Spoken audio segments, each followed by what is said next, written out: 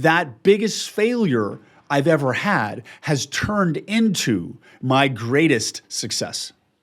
How many failures have you had?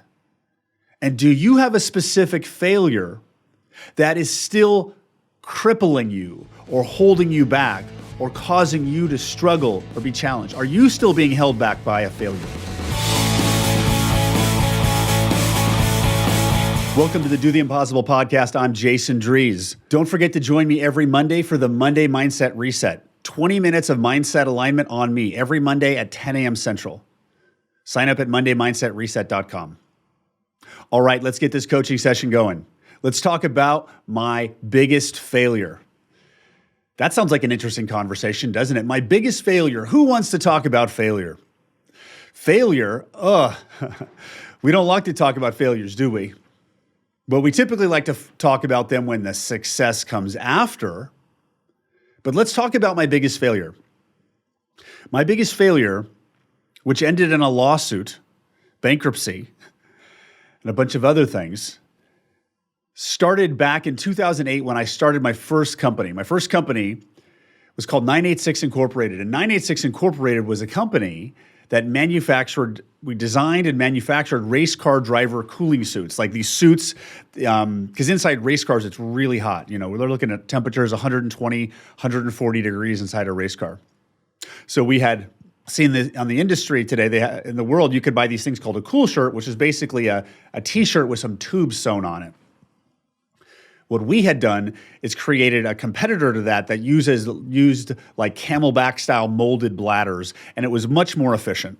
And it was the first business I ran, and I had no idea what I was doing running a business. But anyway, I ran the business, raised about $500,000 in startup funding from one primary investor and some family friends. And we started building products and we started working. And, this was 2008, 2009.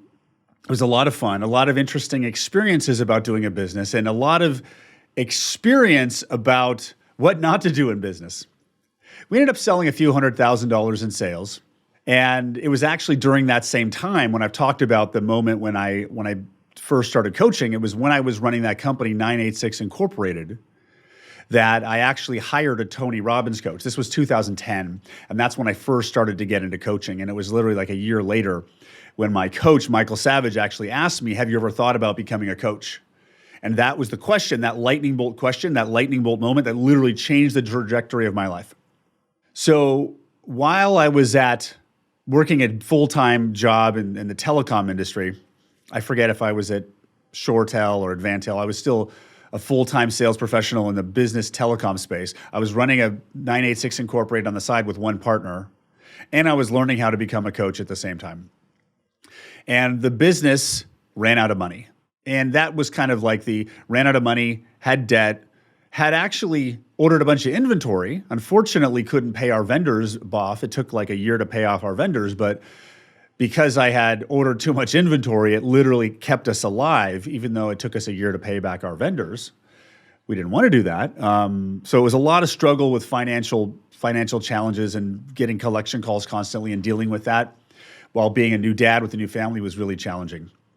And we knew that, we were trying to solve 986 at some point because we got upside down. We had investor money. It was family money. My partner was involved. He was 50% of the business, but I ran it. I was the CEO and I raised all the money.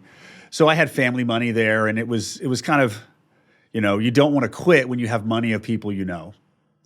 And we actually got to the point where we just ran out of money. We were managing to function because we had inventory, so we kept selling our shirts, but we had run out of money. And we got to the point after that where the business was basically going to dissolve. And we actually had an interest from a company called Momo. Now, Momo is actually an Italian racing brand. They make wheels, they make tires, they make gear.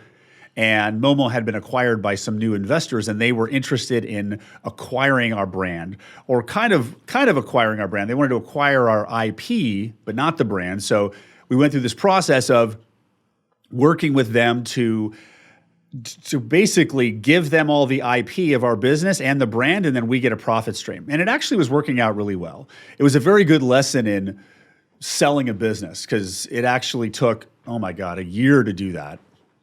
And while we did everything on our end, they didn't execute on theirs. And because they didn't execute efficiently and successfully on their end, they didn't do the things they had promised. They didn't invest in the marketing and the production they did. So basically the business kind of stopped and fizzled and died. And then we're kind of left here, kind of sad, kind of heartbroken, gave it everything we can, and this was 2012. It was a good journey, learned a lot of lessons, wish it had been done differently, worked really hard. And then what actually happened after that, the business had basically shut down. And we kind of, didn't make back our investors' money, which was sad. And that was a big failure that I still live with today. And what actually happened after that is then we got sued. We actually got sued. One of the funding sources, one of the investors that gave us the majority of the money, which started the business with, it was a chunk of $250K, was one investor. Now this investor was big into like amateur racing, and he owned a performance shop, and he liked racing and he liked us, and he was married to a bariatric surgeon who made a lot of money. So all of the money he was throwing around wasn't his, it was hers. The money he invested in us was hers, but they were married, so he was spending that money. When we had went through the initial $250K and the business needed more money, he offered to give us more. And he didn't give us offer to give it as a investment. He offered to give it to us as a promissory note. And he told us at the time, and multiple times, that he would never collect on the notes.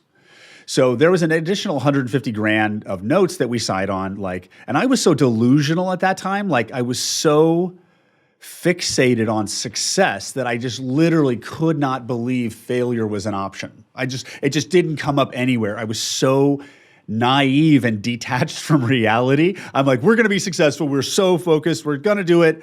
So I'm like, oh, we're going to sell. We're going to have this trade show. It's going to sell. And I was just guessing, completely blind. And the really important lesson there was while we created, one of the important lessons there was while we created a very cool product, a powerful product, the best in breed product, we spent all this money creating a product for a market that wasn't that big. So, and I hear entrepreneurs talking to me about starting products and investing in new products and developing things. I'm like, you got to make sure that there's a market for it. Otherwise, it's not going to make any money.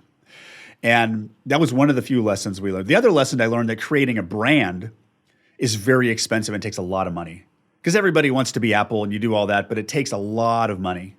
The third lesson that was really good is it's very difficult to be the manufacturer and designer as well as the selling and distribution arm. Doing both of those is very challenging to do. If I could actually go back, I would have simplified our product portfolio. Instead of trying to create 4 products, because we could, I would have created one product. And I actually would have white labeled that product to the industry incumbent that already had all the distribution networks in place. But back then I had an ego and I thought we could beat them. And I'm like, oh, we can do this. I didn't realize that the professional racing industry is like this good old boys. I literally called companies to try to set up soup suppliers with Nomex fireproof material. They wouldn't even return my call. And these are for-profit companies because it was this good old boy business. So with all those lessons moving forward, I learned a lot about leadership there, and I learned a lot about what it takes to be successful and what it takes to sell and operating in the right phase of your business. Because while we were in the development phase of the business, I was trying to sell because I wanted to generate more revenue. So trying to sell when you're in a development phase of the business doesn't make sense. So the leadership of the business wasn't really, and the execution and the direction of the business wasn't really aligned with the phase of the business it was in. The phase the business was in was really R&D, which should have been conserve as much capital as possible. And how inexpensively can we get a profitable product going? That should have been the approach. But that wasn't the approach. That is my looking back on the past, what I've learned. So while 986 was a fun adventure, it was my first company, getting to the end and getting sued was like a kicked in the face. It was like getting kicked in the face after you already took a gut punch and fell on the ground and you were reeling from the gut punch, and then someone walks up and kicks you in the face. And actually, probably it was more like getting a gut punch, falling on the ground, reeling from the gut punch, getting kicked in the face, and then getting stomped on. Like literally, that's how challenging it was. It was incredibly challenging. And I had just started coaching for Tony Robbins at this time. And I'm here as a new Tony Robbins coach who, and around the same time, well, that's a different story we'll tell another time about when I started coaching and the whole dog food story and that stuff. But we'll tell that another time. But really, like, trying to maintain my coaching Tony Robbins state every call when I'm on the phone and being 100% composed, 100% state in the right state for the coaching call when all turmoil and all this chaos is happening behind you is really challenging to do. It was like ridiculous. It was so challenging, so hard. And it was a really stressful time for me and for Alexis. It was a very difficult time. It was one of the most difficult things we've ever went through. And basically what happened is after the business had closed, the investor who had given us the majority of the money, he and his wife got a divorce. He divorced her. And when he divorced her, he basically took the notes that he told us he would never call. He knew we didn't have any money. He knew clearly we didn't have any money. But what he did is my guess is that that part of their asset pool he gave to her in some form of negotiation in the divorce settlement. So then she comes after us for those notes. Now, there was one note for $100,000 and one note for $50,000, and the document said promissory note. We would have paid them. We also would never have taken them if he said he never would have called them. And that was the reason we took him, because he said he's never going to call him. He actually told us at one point, you guys should have told me you needed more money because I would have got more money before the divorce. He actually told us that. And then the divorce happened. And then basically those documents, which were promissory notes, in California, the statute of limitation is 4 years. She started collecting in about 4.5 years, 5 years. And we were cooperating as best we could. They were past the statute of limitations on there. She had a rabid attorney who was billing by the hour.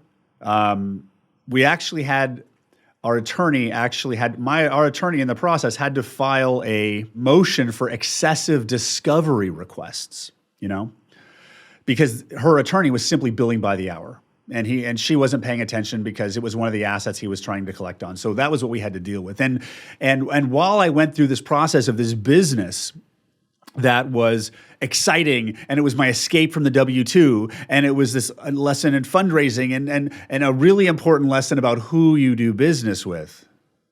It was also exciting and heartbreaking and at the same time. And then to end it all, we literally killed ourselves doing everything we could to make this business successful, like sacrificing our lives, our families. Me and my partner basically worked.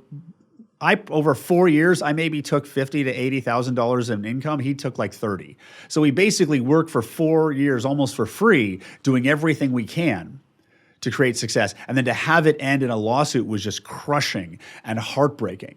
And as I'm starting a new career in coaching, it was just like devastating. And it was really difficult to move forward at that point. And as I started, it was difficult, but I had no choice but to move forward. The interesting thing about this whole story of 986 and the lawsuit is that I will say it was my biggest failure. It was my biggest wish. I gave it everything I could. I did the best I could. I acted with integrity every step of the way. I worked hard. I faced every fear as best I could. And it just wasn't destined to be. The interesting thing about this is this lawsuit. When the lawsuit started, I started to get communication with my attorney. And my attorney was on our side, but I was making maybe $60,000 to $80,000 at the time, supporting a family of 4, including 2 small children. And my partner had a job, and he was paying the bills, but he didn't have tons of cash to throw around. So we're getting sued, and we're having to come up with legal fees. And I start to get to the point where every time I get an email from my attorney, I have literally like a panic attack. So I'm sitting here trying to do a Tony Robbins coaching session. I get an email between a session. I'm having a freaking almost panic attack. And then I got another coaching call where I got to be, hey, everything's good. It was a really powerful experience in state and emotional management I went through. And I told that story actually in a previous episode about how I discovered to change limiting beliefs. But what actually happened is the lawsuit created this experience of emotional management, which led me to the creation of my belief change process. It was in those moments when I was getting my emails from he's an awesome attorney, Terry, and I was like, oh my God, what are we going to do? It was in those moments that I learned how the basic change of mindset. So literally that lawsuit experience and the failure of that business led me to the foundation of what I do today, because the belief change process that I developed in 2013, 2014, that belief change process was the foundation of the success I have today. It's the foundation of frame shifting, of the belief change process. Now, it's taken me, 5, 6, 7 years, but that biggest failure I've ever had has turned into my greatest success. How many failures have you had? And do you have a specific failure that is still crippling you or holding you back or causing you to struggle or be challenged? Are you still being held back by a failure? Because what I have to say is that failure was a gift that you either learn from or you repeat. Which one is it? I believed that I was going to do something better than this. I knew I was going to be successful. How did I know? I knew without a doubt I was going to create financial success. I was going to create business success. How did I do that? I didn't know. I didn't know how at all, but I knew 100% in my gut and my heart and my soul and my bones. I knew that I would not stop moving and breathing until I did.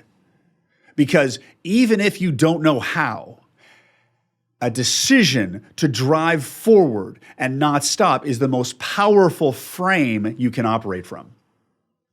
What if that failure that you had, that you're still reeling from, what if you're actually in the process of a life-changing experience in the most amazing way? From that, you're just not in that part of the process yet.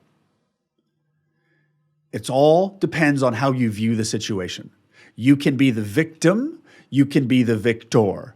And I'll tell you, I felt like a victim for a long time. And I felt like I was beat down and getting whipped, and no matter what I did, it didn't work. But the one thing I didn't do is I didn't stop. I kept going. So maybe you need to keep going. Where are you holding back? Where are you not pushing through? Where are you still holding on to a past failure? Because the road to success is lined with massive failure. You can view it as a failure, or you can view it as the educational process of success. Because what I look at right now is when I was building that business, I was like, oh my God, this is so cool. All these guys are driving race cars. I want to do that. So I thought, I'm going to make all millions of dollars, and I'm going to be flying around in a jet and driving race cars. And I thought that's what I was going to be doing, and I wanted it really bad. But the thing is, if I had created that level of success back there 10 years ago, and I had become this millionaire jet-setting race car driver, if I had done that, all of the stuff I'm doing right now would have never occurred. And everything I'm doing right now is way more satisfying, way more powerful, way more impactful, far more beneficial to myself, my family, my friends, the community, the world. It's far more beneficial than me being a jet-setting race car driver. So if I look at my past, my biggest failure was one of my biggest lessons and my biggest clues on how to create success. Think about that. Is that failure that you're thinking about holding you back? Or is that failure the foundation of your next success? Which one is it? You get to decide. It's up to you. I hope this has been helpful. I'm Jason with Jason Drees Coaching. Join me next week when we continue to dive into the evolution and breaking down the code for human greatness. Join me. Don't forget to go to MondayMindsetReset.com to join me every Monday. And if you want to start playing at this level of growth and expansion I do, get a coach. I can operate this way and think this way about growth and expansion because I've been in coaching. Get yourself a coach. Coaching will help bring out the best in you. I will talk to you soon. Bye-bye.